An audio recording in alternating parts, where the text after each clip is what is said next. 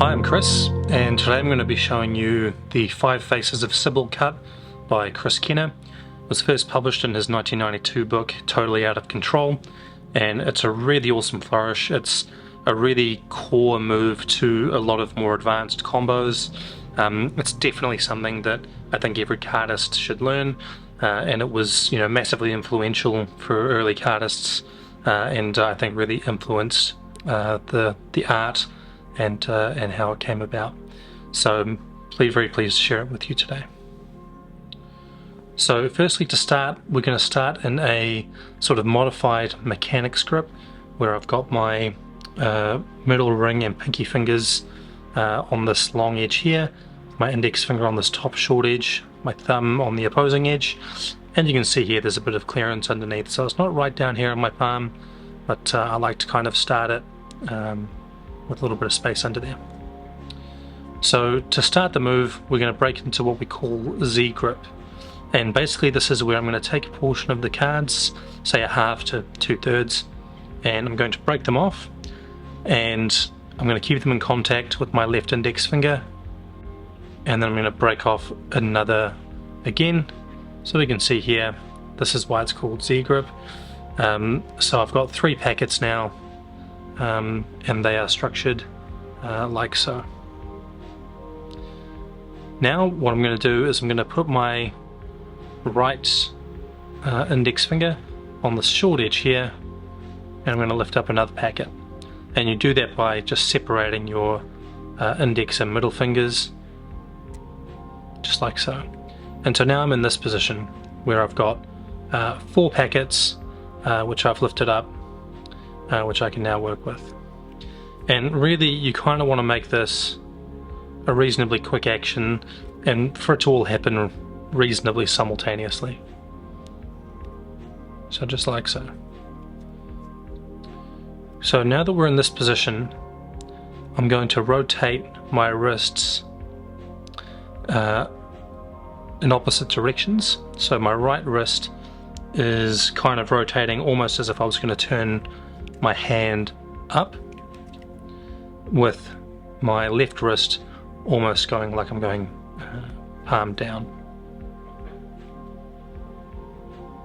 And what that's going to do is it's going to make this this middle packet here accessible for me to grab with my left middle finger and thumb, and if I let go now with my right middle, I can actually steal that packet out completely.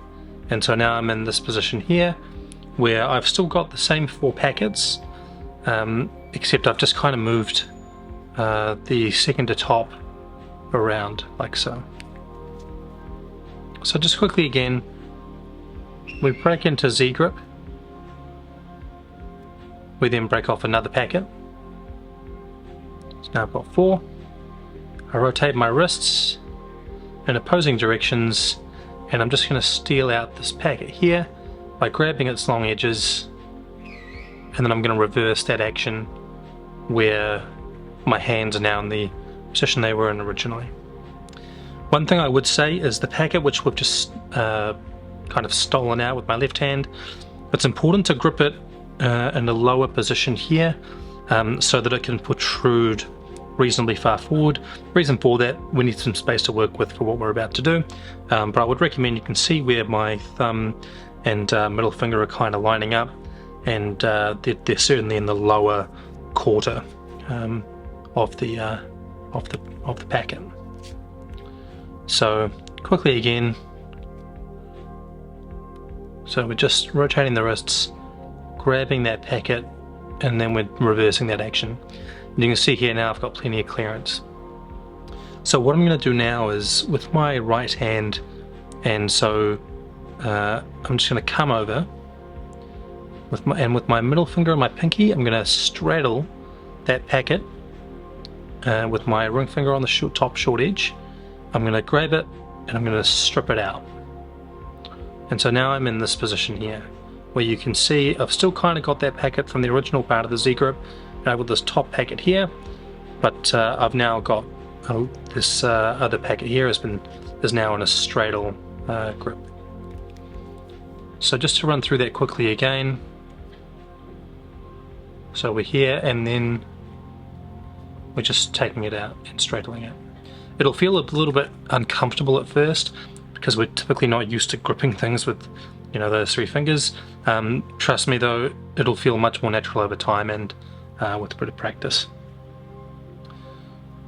So now that we're in this position, we're effectively going to do the same movement we did earlier, but with the rotating of the wrists in opposing directions. And we're going to grab this top packet, but instead of grabbing the whole thing, we're just going to cut off a small portion, maybe about half. And we're going to do pretty much what we did before, which is then to reverse the rotation of the hands. And now what I'm going to do is I'm just going to extend all of the packets. So the cut is now complete, and that's what the display is going to look like. So just quickly again, what it looks like in a sort of slow motion.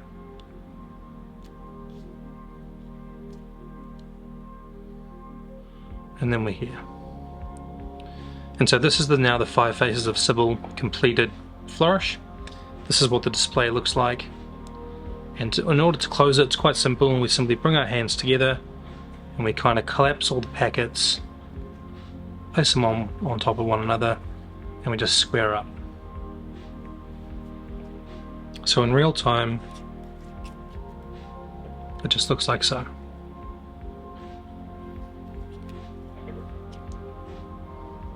And that's the completed flourish. I really appreciate you making the time to watch this video. This is a flourish that I would strongly recommend that anyone starting cardistry learns, because it's a really fundamental move, and it's used in, you know, so many different combos, and as well as just being a great flourish on its own. Very easy to combo with and sort of link things together. So definitely worth practice. I really appreciate you watching this video, and hope to see you here again soon. Thank you very much.